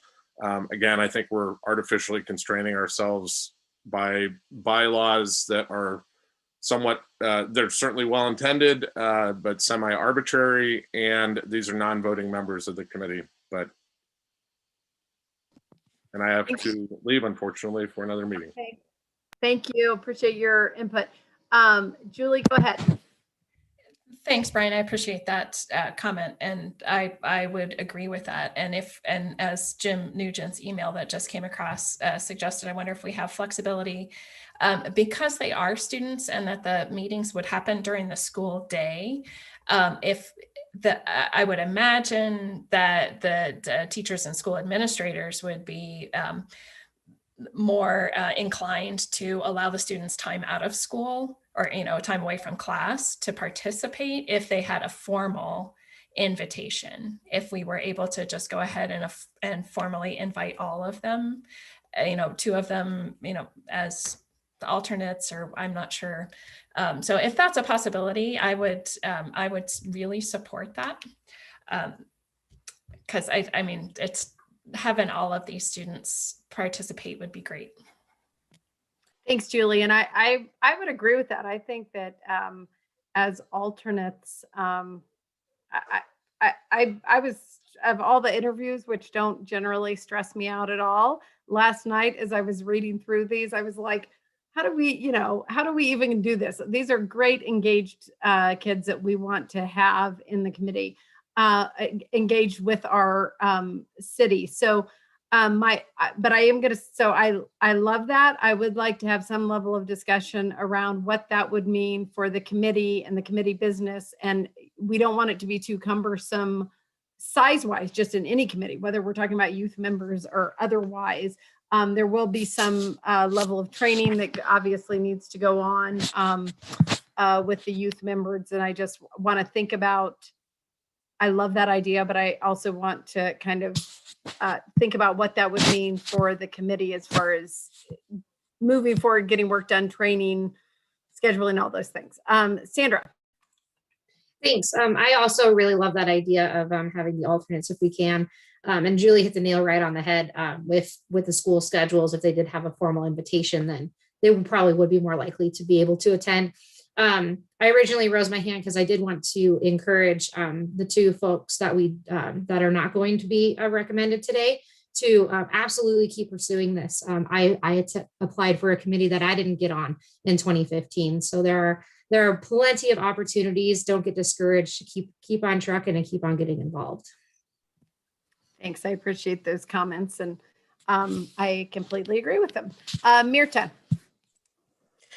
I think Jim Nugent read my mind because I was just thinking about what about alternate positions for this board, whether they're, the two that get selected they're non-voting, but I think it would create this good communication and synergy between schools also. If all of the applicants are able to participate, they can bring back to their schools where they're learning from each other. So the collaboration across the school system, I think, would be really important to foster and encourage. And if we can have them participate as alternates, I see that as a really good vehicle for making that happen. I also wanted to know how many members do we currently have on that committee? And in my recollection, there are several of those members who are former teachers or former professors. And so that mentoring and teaching ability already exists in this committee. And I think that they might welcome the opportunity to have these young members of the community absorb everything and bring it back to their schools or whatever groups they're, part of. So I would really like for us to explore this idea of having kids having all the 4 applicants be active participants, whether they are formally selected or not. Thanks. I agree with that. I'm going to get through everyone else, and then we'll figure out if we want to make a motion around that. And I think that Mirta brings up I can't remember off the top of my head how many people are on that committee. It's kind of a full committee. I don't know exactly how many, but there are educators on the committee. And I will tell you that it's a good point in the fact that the committee is fully embracing this. They're really excited about it. They've already been talking about kind of the onboarding and what it would mean for someone that's probably never served on a board at this level. So I appreciate that comment, and that's a really good point. I think that they would embrace it. Stacey. Okay, well, I absolutely love where this discussion is going. And thank you, Jim, for listening in and being the voice from above to give us guidance. Super excited about that. And I totally think Mirta is right about the kind of cross collaboration among schools. I think that originally when Ms. Jones made her motion, she was just, doing what we normally do and trying to follow within the constraints of what we were sort of tasked with doing today. But I would love, if appropriate, from the chair and Ms. Jones to make the motion to actually amend her, make a friendly amendment to her motion to basically appoint Virgil and Ellis as the two positions, and then Grace and Avi as the alternates. I think that, because this committee is meeting during the day, during a school day, it's absolutely reasonable to think that someday, Ellis is going to have a, biology test that he's not going to be able to miss, and not, and it would be unfortunate if it falls on that one day, but absolutely completely reasonable. We are really appreciative of MCPS being flexible and letting these kids participate. But I think, in this opportunity to kind of bring in as many, if this is a way to do that, I think, great, and really excited to kind of bring in as many as we can on this. So Ms. Jones, I've made a friendly, would you accept my motion in the chair? Are you okay with that? I am totally okay with that, and I'm going to let Gwen obviously respond to that, but do you want to, Sure. I want to let Chris Rowe, who is the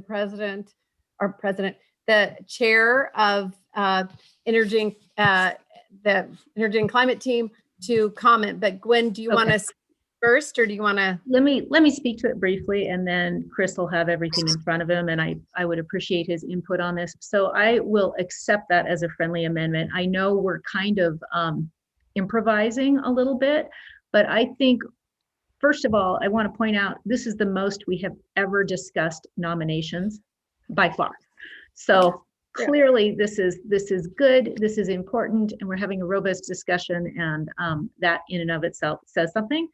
Secondly, I think we should look at this as a little bit of a pilot program, and let's see how it works. I think we should appoint the Grace and Aviv as alternates, and let's see how it unfolds, and the ENC team can give Amber some feedback on it as we navigate it in the future.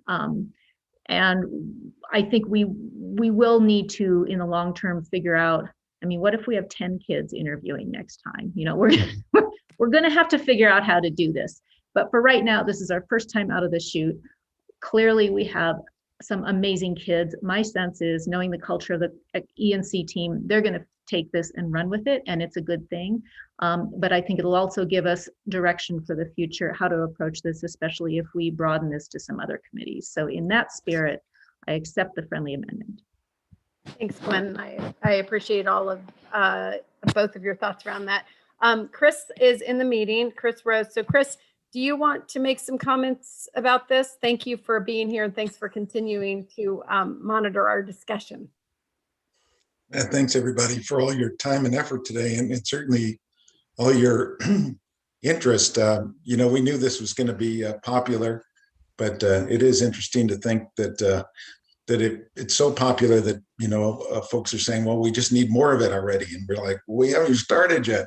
We're trying to make it happen, and so there are a lot of logistics about getting this up and running. And fortunately for me, I've got some time to work on it, and some of our other team members have committed to it. Our vice chair, Jeremy, and Michael Dorhorst have committed to it, and other members. And so in terms of getting the students up to speed and then getting them integrated, whether it's 2 or 4, there's some additional effort there, but it's not a huge level of effort. I don't know, since they're alternates or whatever, whether we'll need to change our bylaws to include that. But like Gwen was saying, it's sort of a process here. We're learning as we go, and so we can change those things later if we need to. But we're going to go ahead and do it. And if there's some other kids that are interested, why not? More the merrier. It's easy enough to add them to Zoom and get them up to speed. So I'm all for it. And thanks for all your interest so far. Thank you, Chris. I really, I want to just say, and I think this, I can probably speak for the council, that I appreciate your, just the team's willingness and excitement about embracing this. And, just like you said, we haven't even started, but we're all so excited about it. And I love Gwen's idea, because there are other committees that probably this does make sense youth members, and it can be a great thing for these kids and a great thing for the committee as well. So I appreciate your, the committee's forethought on it and willingness to embrace it. And, it is going to be some additional work getting them up to speed, but I think it's going to have big payouts. So thank you. And thanks for your willingness to embrace having more of it. So I think if there is a motion on the floor, Gwen accepted the friendly amendment. So I think that unless I see any other hands up, we are going to take a roll call vote. Karina? Okay, here we go. And this is for to be Ellis Walker Kelleher and Virgil Jones as the youth members, and Grace Gibson Snyder and Aviv Gusikio. I said her name wrong, but you know who I'm talking about. Those are going to be the alternates. Do I have that correct? That is correct. Okay. All right. Let's go for the roll call vote. Anderson. Enthusiastically, yes. Anderson, yes. Becerra? Yes. Becerra votes yes. Jones? Yes. Jones votes yes. Merritt? Yes, and I want to thank Chris deeply for his willingness. Wonderful. Merritt votes yes. Cheryl? Yes. Cheryl votes yes. Vaseka? Yes. Vaseka votes yes. And West? Yes. West votes yes. That is 7 yeses and no nos.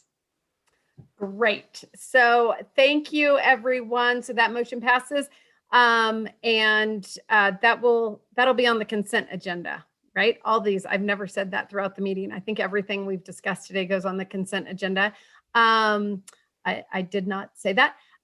Yeah, thank you, everyone. This was a great discussion, and I think it's got a lot of excitement around not just this program, but how we can kind of engage youth. And I'm really happy with this outcome because, as I told you, I was up last night going, how do we do this? Like these kids that want to be engaged. And I do think that we'll communicate with the schools with regard to invitations for their students. I think that's really important in making sure that the kids don't have any complications getting out of classes, and imagine that there would be, they would support that. So anyway, thank you, everyone. Great discussion. These were fun interviews to do.